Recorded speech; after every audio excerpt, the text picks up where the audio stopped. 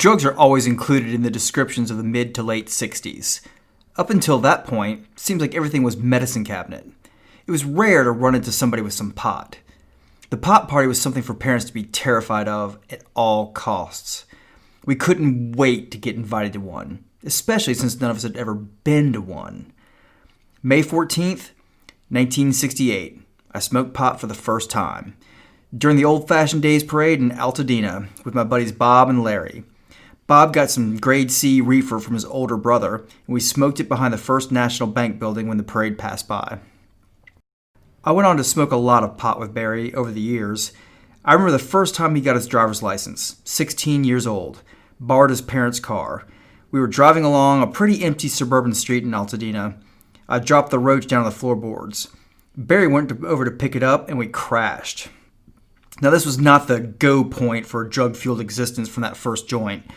The trappings, the ritual of it, were way more important. Things like LSD, magic mushrooms, mescaline, all these had social trappings way beyond, hey, this is a lot of fun. We were junior high schoolers. We were already aware of the downsides of that kind of life. Of burnout cases and acid flashbacks, what have you. That same year, I came home very late from work at the stable. I'd been smoking pot with some of my co-workers. I was already a working man to my way of thinking. I'd worked all day shoveling shit, made exactly nothing. I came home, was feeling a little low-key. My mother said, "What's the matter? You look a little pale, a little tired." "Mom," I said, not thinking. "Smoked a little pot after work. I'm really tired. I think I'm just going to go to bed." She started screaming. This is 1968. They're still showing movies like Reefer Madness at the movie theaters. And I don't mean like going to the movie at midnight and mouthing all the words because you've already seen it 10 times in a dormitory when you were a fraternity brother. No, she starts screaming, oh my God, Nate, calling my father. "He's been smoking pot. He looks sick. He says he's tired. He wants to sleep. Should we let him sleep or should we keep him awake?" "I don't know, Sybil. Try and relax. I don't know. Son, how do you feel?" "I'm a little tired. I'd like to go to bed." "All right, let's go upstairs." Went upstairs, pulled my boots off, laid back on the bed. My father's just kind of watching me. I don't know what he's looking for. Eye movement? I don't know. Must have appeared at least in stable condition to a surgeon. But nobody knew what pot was about. It was a drug. Like LSD, like heroin, who knows? I was laying on the bed with my hands behind my head, just kind of staring at the ceiling, feeling very mellow, ready to go to sleep. My mother's crouching behind my father with her hands on his shoulders. She's going, "Oh my God, what are we going to do? Should we let him sleep? He says he wants to sleep." My father got a little irate at that point. Turned around and he just said, "Sybil, you got to relax. Look, let me handle this. Take the girls," meaning my two sisters. "Go to McDonald's and get them some dinner." She started to walk out of the room with her head in her hands. I remember sitting up like Dracula out of the coffin going, "I'd like a couple of Big Macs and a large fries and a large pop." She came running back to the bedside, and they were both staring at me in the face. And she's going, "Do you think it's okay for him to eat? Do you think it's okay?"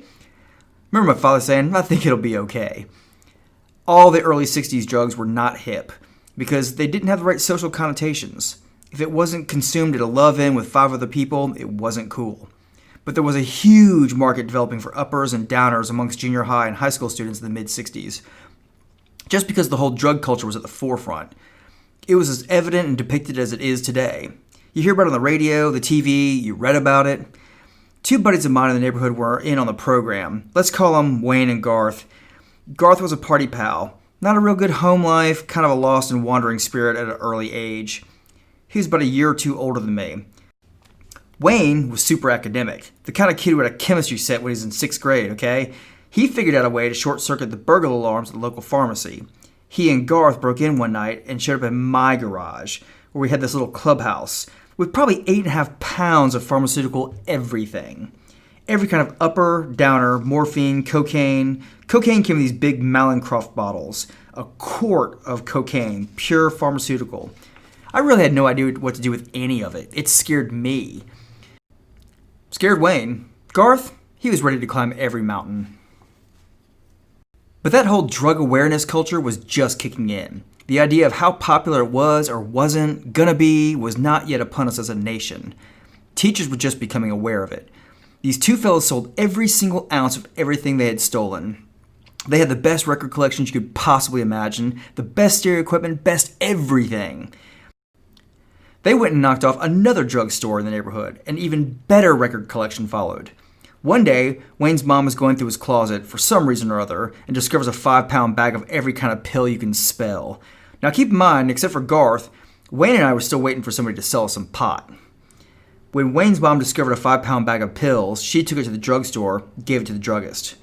Over the years, Garth had been shipped off to half a dozen foster psychological care homes, had run away from home, was living back in my garage, on a mattress for some months, that kind of thing. He disappeared into the abyss. Wayne owns a security company that installs burglar alarms and security systems for corporate concerns, internationally. Swear to God, wild or what? I had another friend, let's call him Bobby. Bobby left high school early and went to Kathmandu in Nepal.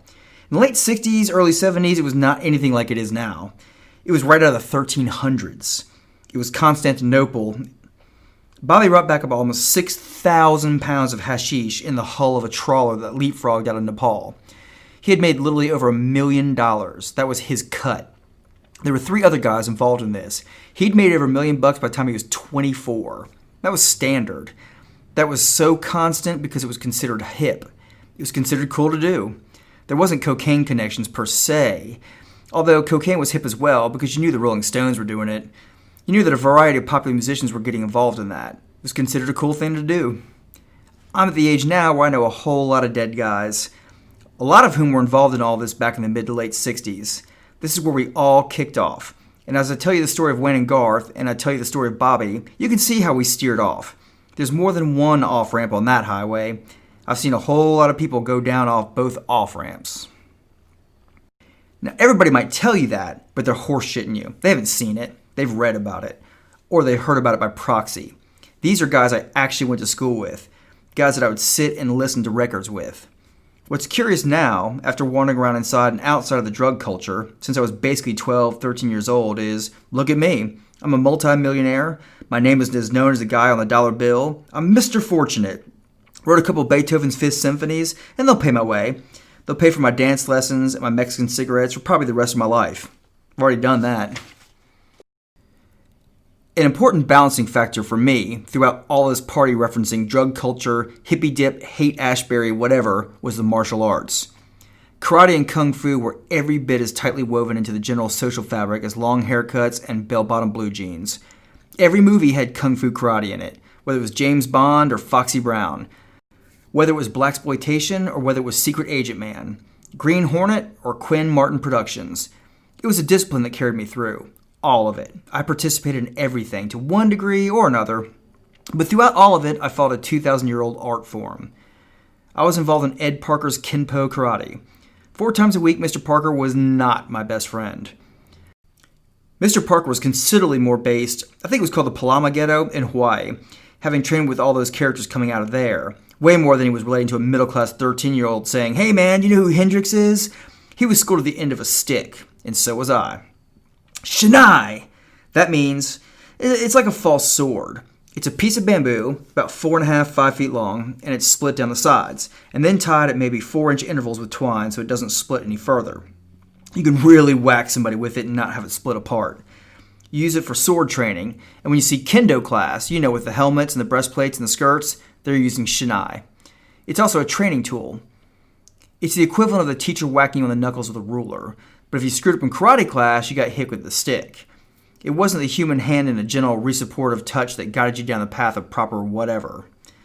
That was always my contrast. It was the antithesis of what was hippie or what was populist culture, what our haircuts looked like, and I'm so thankful that I did it. I still do it, every day. Every day. I do the same stretch that I learned the very first day I went to train with Mr. Parker as a young teenager.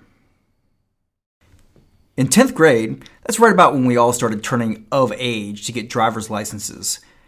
15 and a half for your learner's permit, a 57 Chevy Bel Air was the ultimate. That's what the white kids drove, and you can get one for about $1,100. Then you go to work on it. You put slicks on it, and then you'd raise it up and get the hood scoop and take it down to Tijuana and get a $55 diamond tuck upholstery job. The diamonds would be 2 different colors, like pink and purple. Or you get chocolate and ivory, pink and black. What else? Yellow and black was an incredibly white set of colors to get. It would cost literally $55, and they'd be done at the end of the weekend. You'd take it, like on Friday night. You'd make the trek, then you'd drop the car off Saturday morning, stay out in Tijuana, hang out all night, and come back Sunday afternoon and pick up your brand new used car. You would take the baffles back out of the pipes, so it would be much louder and much throatier. At that point in time, of course, not everybody had a car, but everybody had an older brother, whatever, who was up in 11th, 12th grade, and you would ride around 6 and 8 to a car. That year, for me, can be summed up in 3 songs. Whole Lotta Love by Led Zeppelin, Mungo Jerry's In the Summertime, and Alice Cooper's I'm 18. Those are the songs on the car radio. So 57 Chevys were bad. Let's just stop right at that word. Because right around 10th grade was when the word started to become part of the mood. Up until then, you really didn't use the word bad. Bitchin' was used up through the 60s. That's a surf word. Coming out of, 63, 64. Or dare I say it, groovy. But even then we laughed when we said it. The idea of being bad didn't really kick in until like 1970. And then it was part of an overall attitude change. Instead of a bunch of people at a love-in and everything was groovy and cool, bands like Led Zeppelin showed up. They weren't about fun in a I'm a pepper, you're a pepper sense. Well, in 10th grade, there was a day off from school, so we could all attend the demonstration out in the girls' field against the bombing of Cambodia. A couple of bands played. Carl Donaldson's band played Jimi Hendrix's Band of Gypsies stuff and some old Cream stuff. The government was sneaking around, and there was another acceleration in the war. Jimi Hendrix died that year, Janis Joplin died that year, and the mood turned from love-in into more of a rally kind of thing. Things got a little more unfriendly. Led Zeppelin was not friendly. Alice Cooper was not friendly. Grand Funk Railroad, Black Sabbath, these were not friendly attitudes. The predecessors to punk rock, grunge, whatever, there's a lot of discontent. And visions of a beautiful, utopian future, the age of Aquarius, turned into Cambodia. And Jimi Hendrix turned into a poster.